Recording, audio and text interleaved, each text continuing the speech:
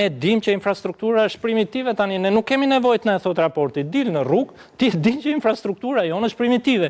Je vetëm i vend, je ndër vetëm, ndoshta unë nuk e di nëse ka rast tjetër që nuk ke një infrastrukturë të transportit hekurudhor. Infrastruktura është primitive, kjo nuk është e vërtetë për rrugët. Absolutisht. Jo, unë standarde. Po hajde shkojmë sot në Pulja, që është shtatfishi i ekonomisë shqiptare, dhe të shikojmë cilësinë e rrugëve atje dhe cilësinë e rrugëve këtu.